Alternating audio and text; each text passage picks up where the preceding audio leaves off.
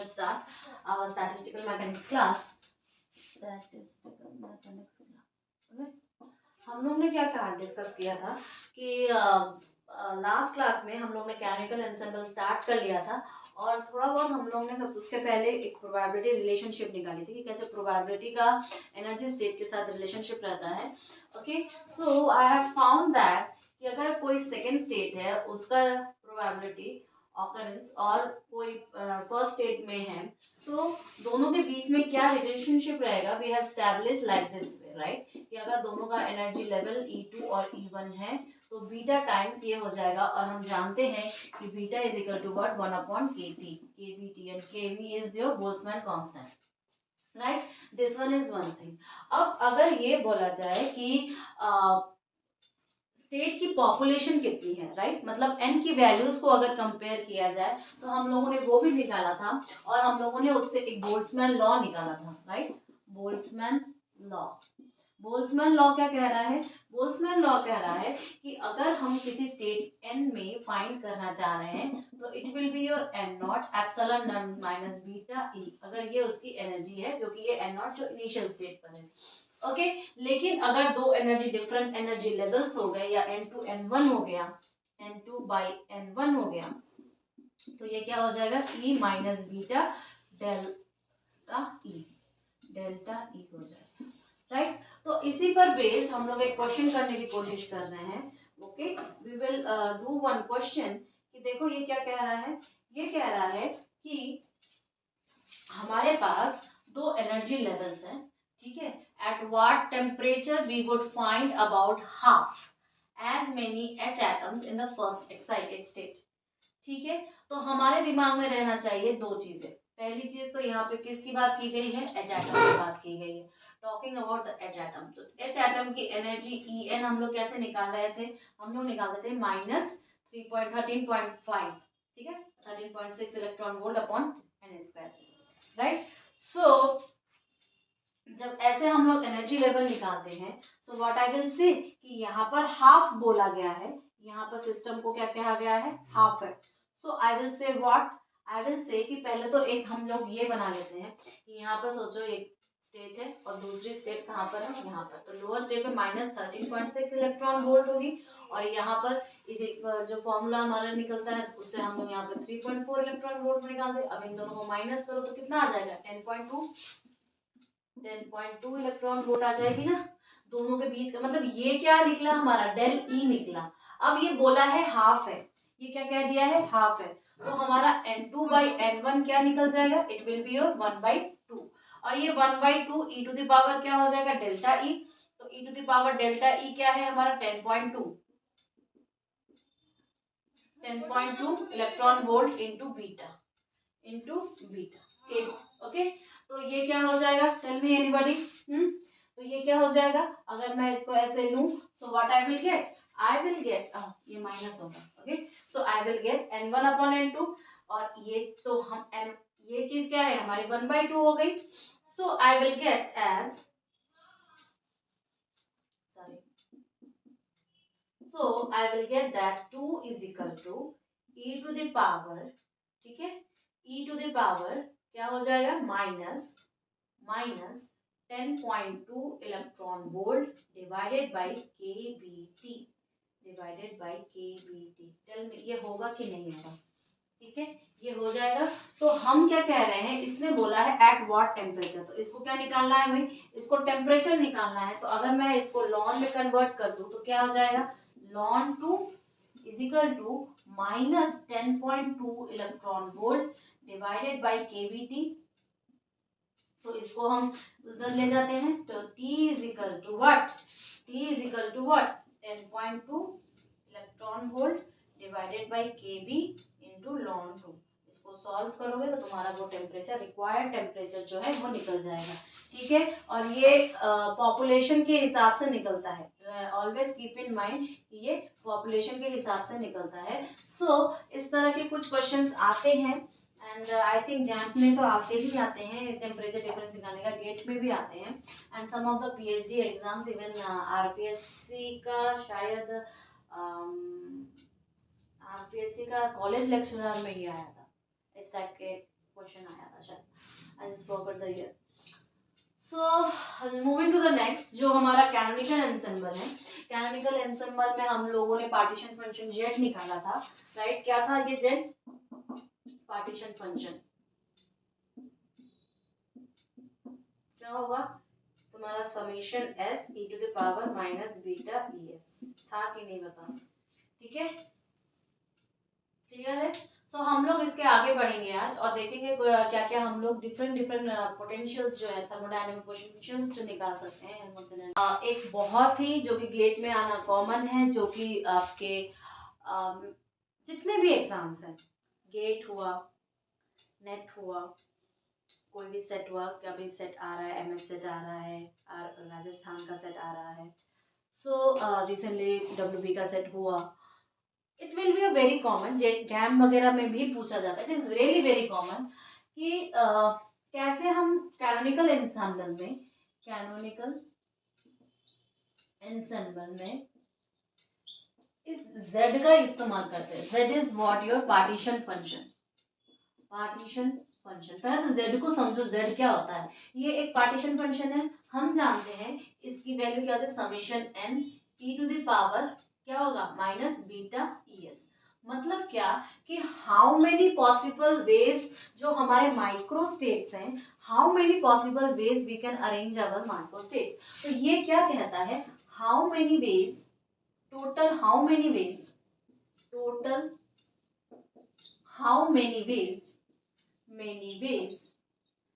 we can arrange our microstates। Clear है?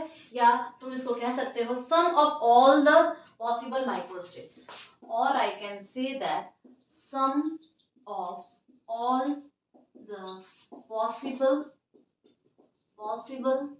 microstates। Okay, sum of all the possible microstate, हम इसको ऐसे भी कह सकते हैं, और ये z हो गया। अब आ जाओ प्रोबेबिलिटी पर। अच्छा, एक बात बताओ, अगर हम एक स्टेट बाय स्टेट हर एक को अरेंज कर रहे हैं, okay, how many ways it can, so these are what? Discrete values, right? So these are what? Discrete value. We have discrete values of states, discrete states लिख दो, ज्यादा better होगा। More over, अगर मैं इस चीज की बात करूं, मेरे को सोच लो कि मेरे पास जो सिस्टम है that is a canonical kind of system. अब सिस्टम है तो सिस्टम में एनर्जी लेवल्स होंगे या स्टेट्स होंगे, ठीक है? सो अगर मैं ये कहूं कि जो एनर्जी लेवल्स हैं, energy states are non degenerate states, इस सिस्टम में एनर्जी स्टेट्स जो हैं वो क्या है, नॉन डीजेनरेट।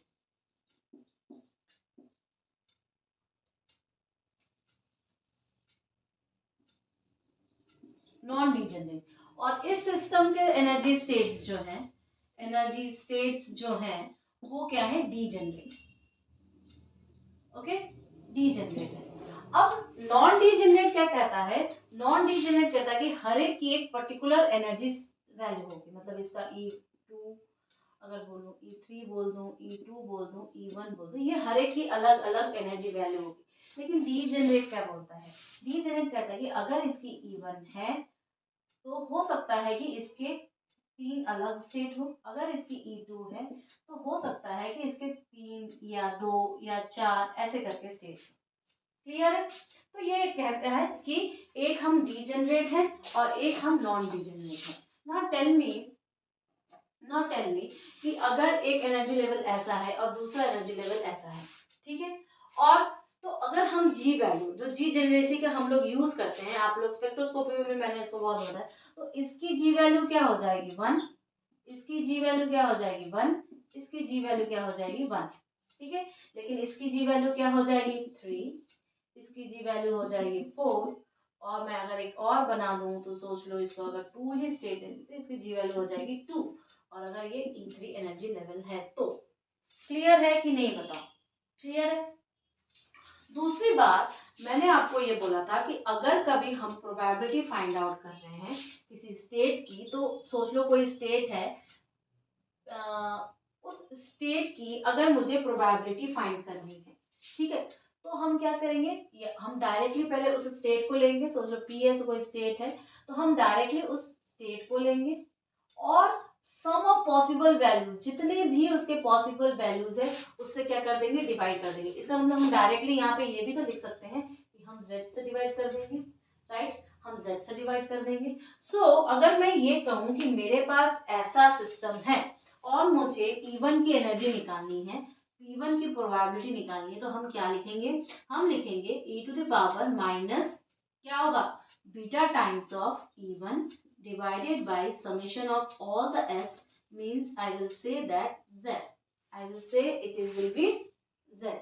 क्लियर है, क्लियर है, क्यों, क्योंकि g तो यहाँ पर 1 है, बट हम इसके लिए ऐसा नहीं कर सकते, हम इसके लिए ऐसा नहीं कर सकते, हमें किसकी जरूरत पड़ेगी, हमें इसके जी वैल्यू की जरूरत पड़ेगी। तो अगर सोच लो मैं बोलूँ कि मुझे प्रोबेबिलिटी ऑफ थर्ड स्टेट निकालनी, मतलब इस स्टेट की निकालनी, तो मैं क्या करूंगी, हम कहेंगे कि यहाँ पे पहले जीएस, मतलब जीएस कितना है इसका 2 है, 2 से पहले मैं मल्टीप्लाई करूंगी e to the power minus beta epsilon 3, ठीक है, और फिर z लिखेंगे, और फिर z लिखेंगे, ठीक है, क्लियर है। लेकिन ये z जो होगा, इसकी जो z वैल्यू होगी, याद रहे, इसकी जो z वैल्यू होगी वो समेशन टाइम्स जाएगी, सबकी अलग अलग जाएगी, ठीक है।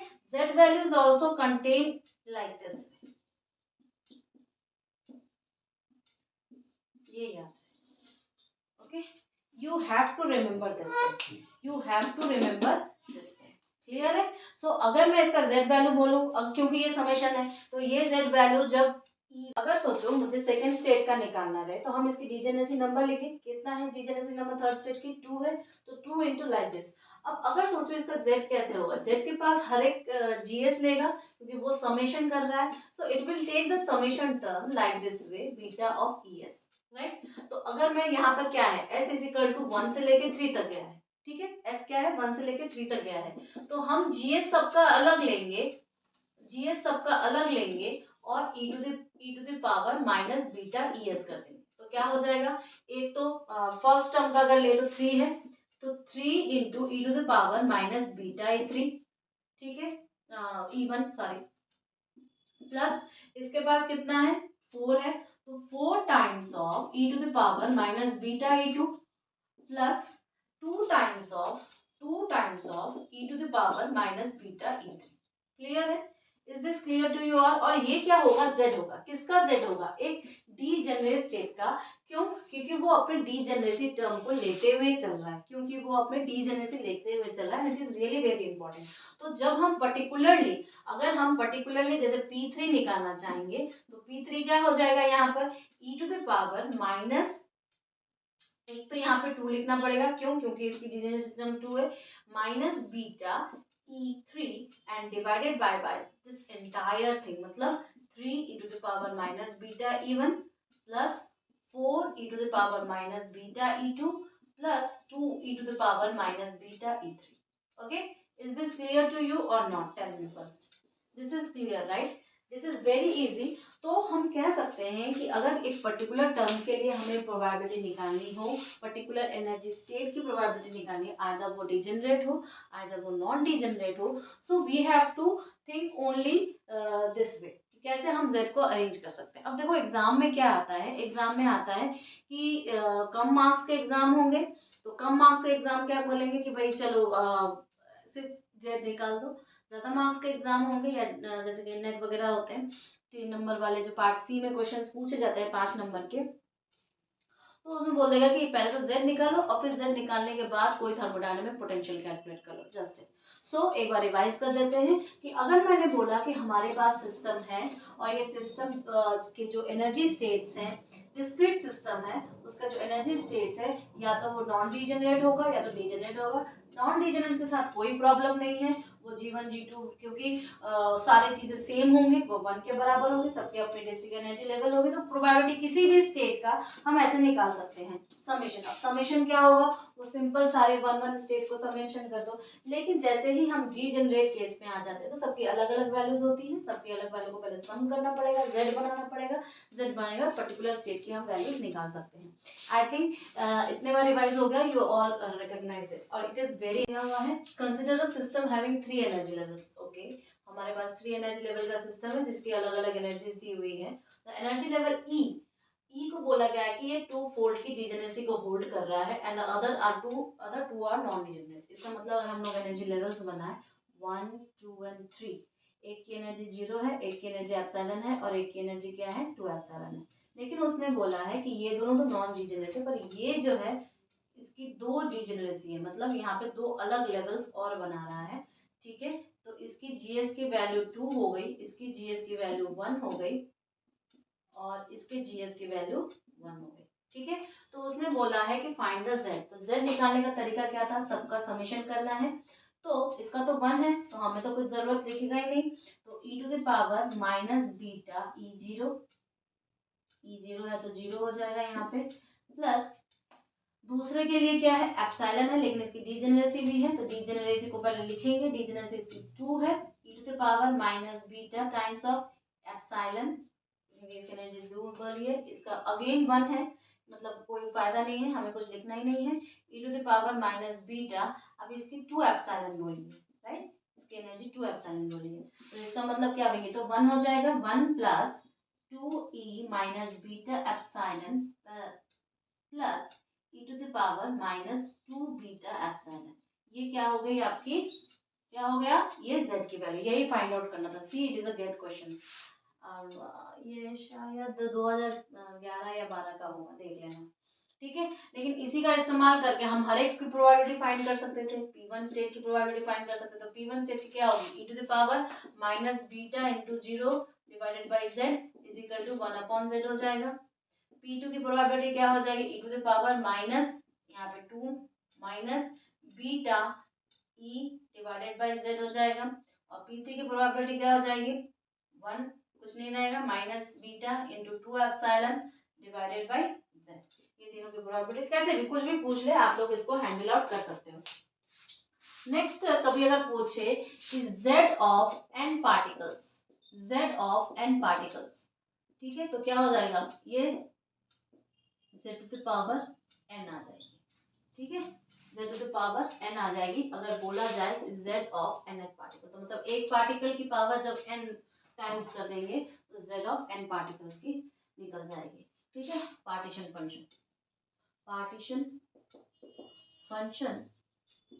For n particles. अब देखो, जब हम किसी चीज का फंक्शन का प्रोबेबिलिटी, देखो पैसे प्रोबेबिलिटी पीएस क्या होता था, इट इज नीचे सैंपल स्पेस देते थे और ऊपर उसको लिखते थे।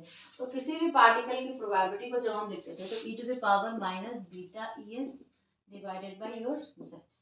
ठीक है, अगर मैं बोलूं कि उस पार्टिकल उस फंक्शन को ऑकर करने की प्रोबेबिलिटी क्या है, अगर मैं ये बोलूं कि एक्सपेक्टेशन वैल्यूज निकालनी किसी फंक्शन को, ठीक है, सोच लो f is my some function, और उसकी एक्सपेक्टेशन वैल्यू निकालनी, तो हम कैसे निकालेंगे, हम उस एक्सपेक्टेशन वैल्यूज का सम करवाएंगे ना।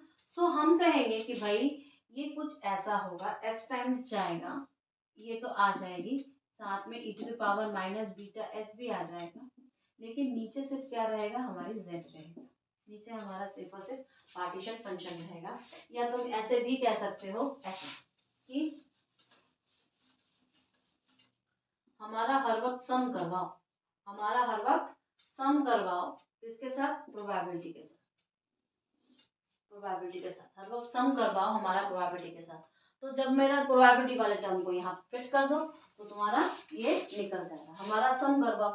और अब देखो ये जो मैं बोल रही हूँ ये तुम्हारा नॉन डीजेनरेट के लिए होगा।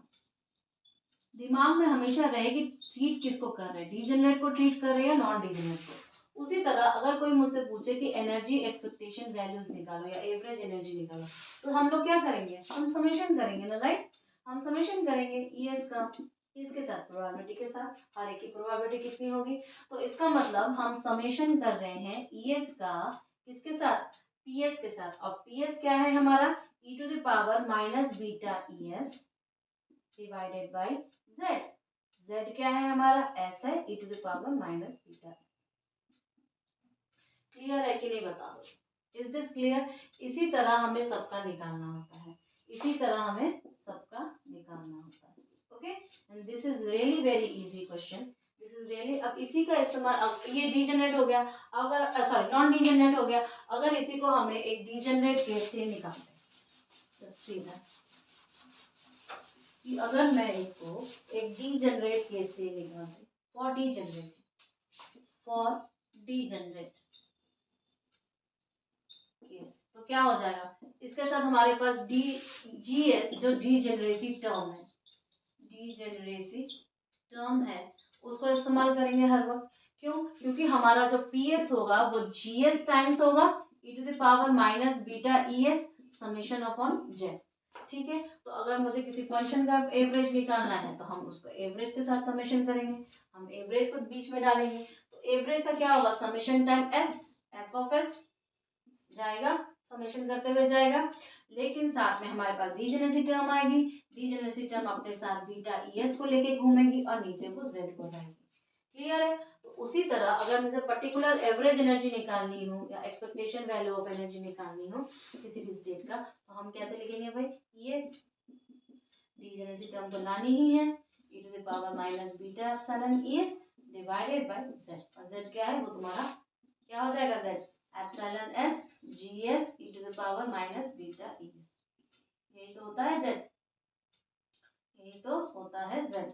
ठीक है, क्लियर है ना? Is this clear to you all और नॉट? टेल मी, अगर ऑनलाइन जितने भी स्टूडेंट्स हो, is this clear to you all? अगर आपके पास कुछ है तो आप कमेंट कर सकते हो मुझे, and ask me right now. ठीक है, ask me right now. Okay, एक बात याद रखना कि अगर हमारे पास ये तो सारे डिस्क्रीट सिस्टम का है, समेशन काम कर रहा है, लेकिन यदि हमारे पास कोई एक कंटिन्यूअस सिस्टम हुआ, कोई एक कंटिन्यूअस सिस्टम हुआ, तो हम क्या करेंगे, हमें पता है कि हम समेशन को इसमें इंटीग्रेशन में चेंज कर देते हैं, लेकिन जब हम समेशन को इंटीग्रेशन में चेंज करेंगे तो हमारे पास कौन कौन से, हम लोग ने सबसे पहले किसको पढ़ा था, हम लोग ने सबसे पहले फेज स्पेस को पढ़ा था। जब हम लोग ने सबसे पहले फेज स्पेस को पढ़ा था तो हम लोगों ने बोला था कि हमारे पास दो वेरिएबल्स काम करते हैं, Q I and P I, momentum space और पोजीशन स्पेस। तो जब हम समेशन में इसको क्रिएट करेंगे तो हमारे पास वो 1/h³ भी आएगा जो कि हमारा वॉल्यूम टर्म है, और हमारे पास dqi और dpi भी आएगा। So I am rubbing this and I am saying that कि अगर मेरे पास कोई कंटिन्यूअस सिस्टम हुआ, अगर हमारे पास सिस्टम इज कंटिन्यूअस,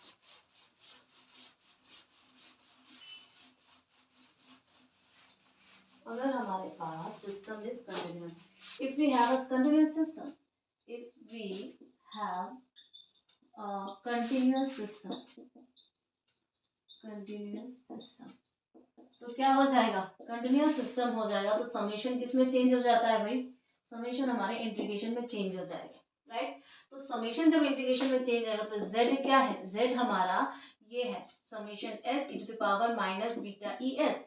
ठीक है, तो ये क्वांटिटी क्या है, ये एक डायमेंशनलेस क्वांटिटी है, डायमेंशन लेस क्वांटिटी है। जब ये हमारी एक डायमेंशनलेस क्वांटिटी है तो आई एंड मोर ओवर जब ये इसमें चेंज होता है तो ये किसको लेके जाएगा, ये D Q I and P I को लेके आएगा, D of P Q I. ठीक है, और साथ में क्या लेके आएगा, देखो डी क्यू आई है तो इसके 3 डायमेंशंस भी तो होते हैं ना, 3, क्या एक्स वाई जेड, और इसके भी तो क्या होंगे ना, इसके भी तो एक्स वाई जेड होंगे, या p x p y p z होंगे ना। क्लियर है? तो जब आएगा साथ में प्लस एक वॉल्यूम टर्म भी रहेगा जो कि 1/h³ के फॉर्म में रहेगा, राइट?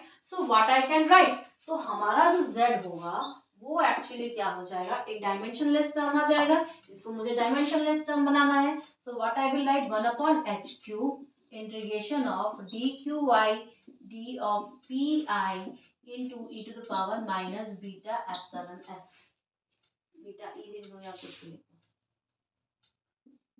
क्लियर है? Is this clear to you all और नॉट? टेल मी कि हमने एक डिस्क्रिटाइज्ड सिस्टम को एक कंटिन्यूएशन सिस्टम में कन्वर्ट किया है।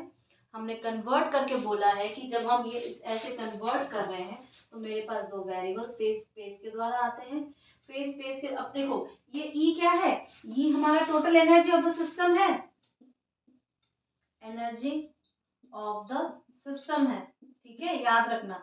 और हम जानते हैं तो किसी किसी बुक में आपके पास ये फॉर्मूला जो होगा ना वो कुछ इस टाइप का भी होता है, 1/h³ dqi d of p i e to the power minus beta h. Hamiltonian लिख देते हैं, वो हैमिल्टोनियन लिख देते हैं बच्चों को कंफ्यूज करने के लिए। क्यों? क्योंकि टोटल एनर्जी मैंने पहले ही बोल दिया ना, ई जो है वो टोटल एनर्जी है। जब ये टोटल एनर्जी तो हम चाहते हैं, टोटल एनर्जी को तो हम हैमिल्टोनियन कहते हैं, टोटल एनर्जी को तो हम हैमिल्टोनियन कहते हैं। तो ये कुछ इस टाइप का हो जाएगा, राइट। तो ये कुछ इस टाइप का हो जाएगा। Anybody have any question then tell me. और याद रहे ये एक क्लासिकल पार्टिकल है, क्लासिकल पार्टिकल, और n की वैल्यू इज इक्वल टू 1 है। याद रहे एक पार्टिकल के लिए क्लासिकल हम पार्टीशन फंक्शन निकाल रहे हैं, z निकाल रहे हैं। क्लियर है? Is this clear? ठीक है, ये क्लियर है ना, इतना ही होगा। Okay, so this is different इसमें। तो कैसे हम लोगों ने ओवरऑल ये सारी चीज को कंसिडर किया है, कैसे निकाला है, now I think it is clear. अब अगर इसको n टाइम्स कर देंगे तो वो क्या हो जाएगा, n पार्टिकल्स के लिए हो जाएगा, z⁴n अभी हम लोगों ने देखा। सो नेक्स्ट क्लास में हम लोग कुछ और निकालते हैं क्वेश्चंस, पार्टीशन फंक्शन